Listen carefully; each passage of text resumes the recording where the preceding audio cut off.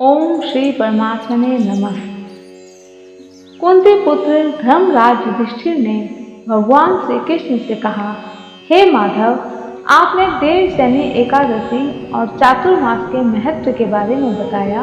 अब आप श्रावण मास के कृष्ण पक्ष में पड़ने वाली एकादशी के बारे में बताएं।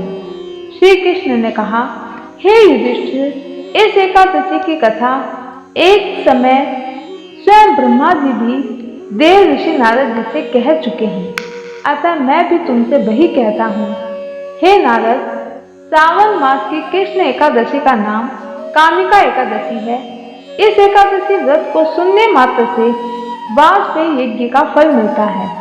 बहुत समय पहले की बात है, एक विशाल और समृद्ध राज्य था जिसका नाम विरक्तपुर था। वहां के राजा धर्मपाल न केवल बलवान और नीतिवान थे, बल्कि धर्म और न्याय के रक्षक भी माने जाते थे। प्रजा उनकी जय जयकार करती थी और राज्य में हर ओर सुख शांति व्याप्त थी। लेकिन जैसा कि संसार का नियम है, कभी कभी प्रारब्ध का फल अचानक सामने आता है। एक दिन विरक्तपुर की भूमि अकाल से ग्रस्त हो गई। आकाश ने वर्षा देना बंद कर दिया, नदियां सूखने लगी, खेत बंजर हो गए, पशु मरने लगे और प्रजाजन भूख से त्रस्त हो गई। राजा धर्मपाल ने तुरंत राजसभा बुलाई, वेदों, पंडितों, ज्योतिषाचार्यों से विचार विमर्श किया, लेकिन कोई समाधान नहीं निकला। यज्ञ हुए, हवन हुए, लेकिन बारिश की एक बूंद भी नहीं गिरी। राजा की आंखों में आंसू बहने लगे। क्या मेरे किसी पाप के कारण प्रजा को यह दुख सहना पड़ रहा है? अंत में राजा ने कारणों का अवलोकन करने हेतु जंगलों में प्रस्थान किया, जहां एक शांत और दिव्य स्थान पर राजा की एक ऋषि से भेंट हुई। राजा ने अपनी सारी पीड़ा मुनि को सुनाई। राजा के वचन सुनकर मुनि वज्रनाभ बोले, राजा धर्मपाल, तू अपनी प्रजा की पीड़ा लेकर आया है, परंतु क्या तू जानता है इस पीड़ा का कारण स्वयं तू ही है। राजा चौंक गया। मुनि ने नेत्र बंद किए और ध्यान मग्न होकर कहा, पूर्व जन्म में तू भी राजा था, राजा वीरेंद्र। उस समय तेरे दरबार में एक ब्राह्मण आया था, सत्यशील। उसने तेरे खिलाफ एक अन्य मंत्री की शिकायत की, लेकिन तूने न्याय न करके उस निर्दोष ब्राह्मण को ही राजद्रोही मान लिया और उसे मृत्युदंड दे दिया। वही पारब तेरे इस जन्म में तेरे राज्य में अकाल के रूप में विद्यमान है। तब राजा ने कहा, क्या उस पाप का कोई प्रायश्चित नहीं? मैं प्रायश्चित करना चाहता हूँ। मुनि बोले, राजन, ब्रह्म हत्या अत्यंत घोर पाप है, परंतु उपाय भी है। श्रावण मास के कृष्ण पक्ष में आने वाली कामिका एकादशी ऐसा व्रत है जो इस महापाप से तुम्हें मुक्ति दिला सकती है। हे राजन, श्रावण मास में जो कामिका एकादशी आती है, वह ब्रह्म हत्या, गुरुद्रोह, भ्रूण हत्या जैसे महापापों को नष्ट करने वाली है। तू इस व्रत को पूरी श्रद्धा से कर। न केवल तू मुक्त होगा, बल्कि तेरी प्रजा सुखी होगी, वर्षा होगी, तेरा राज्य पुनः समृद्ध हो जाएगा। हे राजन, कामिका एकादशी के दिन भगवान विष्णु की मूर्ति के समक्ष तुलसी पत्र अर्पण करो, दीप जलाओ, रात्रि में जागरण करो। प्रभु तुम्हारी भक्ति को अवश्य स्वीकार करेंगे। यदि तू विधि पूर्वक इस व्रत को करेगा तो तेरे सारे पाप नष्ट होंगे। राजा धर्मपाल ने संत की आज्ञा का पालन किया। कामिका एकादशी व्रत का संकल्प लिया। व्रत का दिन आया और उसने भक्ति भाव से उपवास रखा। दिन भर भगवान विष्णु के नाम का स्मरण किया, मंदिर में दीपक जलाए और तुलसी पत्रों से भगवान का पूजन किया। रात्रि को वह मंदिर में ही भगवान की प्रतिमा के समक्ष लेट गया। अहिंसा, सत्य, दया और उपवास का पालन किया। जैसे ही राजा ने द्वादशी के दिन व्रत पूर्ण किया, ब्राह्मणों को दान दक्षिणा दी, तभी आकाश में बादल उमड़ने लगे, प्रचंड वृष्टि होने लगी, नदियां भरने लगी, खेतों में हरियाली लौट आई। नमस्कार है राजा धर्मपाल को, जिन्होंने अपने पाप को स्वीकार करके प्रायश्चित किया।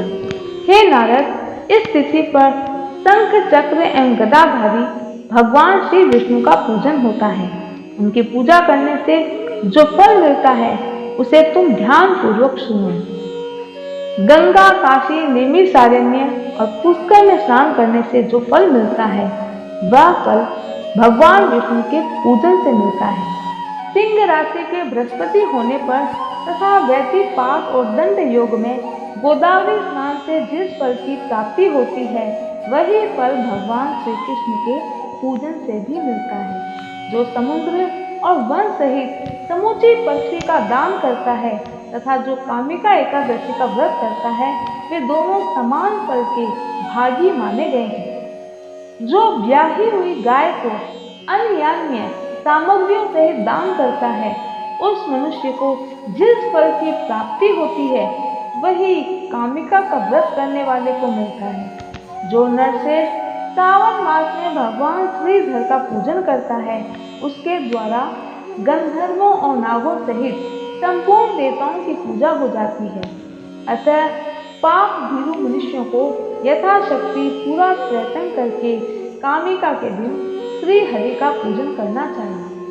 जो पाप रूपी घड़े से भरे हुए संसार समुद्र में डूब रहे हैं उनका उद्धार करने के लिए कामिका का व्रत सबसे उत्तम है। अध्यात्म विद्या परायण पुरुषों को जिस फल की प्राप्ति होती है उससे बहुत अधिक फल कामिका एकादशी व्रत का सेवन करने वालों को मिलता है। कामिका का व्रत करने वाला मनुष्य रात्रि में जागरण करके ना तो कभी भयंकर यमराज का दर्शन करता है और ना ही कभी दुर्गति में पड़ता है। लाल मणि, मोती, वैदूर्य और मूंगे आदि से पूजित होकर भी भगवान विष्णु वैसे संतुष्ट नहीं होते जैसे तुलसी दल से पूजित होने पर होते हैं। जिसने तुलसी की मंजरियों से श्री केशव का पूजन कर लिया उसके जन्म भर के पाप निश्चय ही नष्ट हो जाते हैं। जो दर्शन करने पर सारे पाप समुदाय का नाश कर देती है। स्पर्श करने पर शरीर को पवित्र बनाती है। प्रणाम करने पर रोगों का निवारण करती है। जल से छींचने पर यमराज को भी भय पहुंचाती है। आरोपित करने पर भगवान श्री कृष्ण के समीप ले जाती है और भगवान के चरणों में चढ़ाने पर मोक्ष रूपी फल प्रदान करती है। उस तुलसी देवी को नमस्कार है। जो मनुष्य एकादशी को दिन रात दीप दान करता है उसके पुण्य की संख्या चित्रगुप्त भी नहीं जानते। एकादशी के दिन भगवान श्री कृष्ण के सम्मुख जिसका दीपक जलता है उसके पितर स्वर्ग लोक में स्थित होकर अमृत पान से तृप्त होते हैं। घी अथवा तिल के तेल से भगवान के सामने दीपक जलाकर मनुष्य देह त्याग के पश्चात करोड़ों दीपकों से पूजित हो स्वर्ग लोक में जाता है। भगवान श्री कृष्ण कहते हैं, हे युधिष्ठिर, यह तुम्हारे सामने मैंने कामिका एकादशी की महिमा का वर्णन किया। कामिका सब पापों को हरने वाली है, अतः मानव को इसका व्रत अवश्य करना चाहिए। यह स्वर्ग लोक तथा महान पुण्य फल देने वाली है। जो मनुष्य श्रद्धा के साथ इसका महात्म श्रवण करता है वह सभी पापों से मुक्त हो भगवान विष्णु के लोक को जाता है। जय श्री कृष्णा।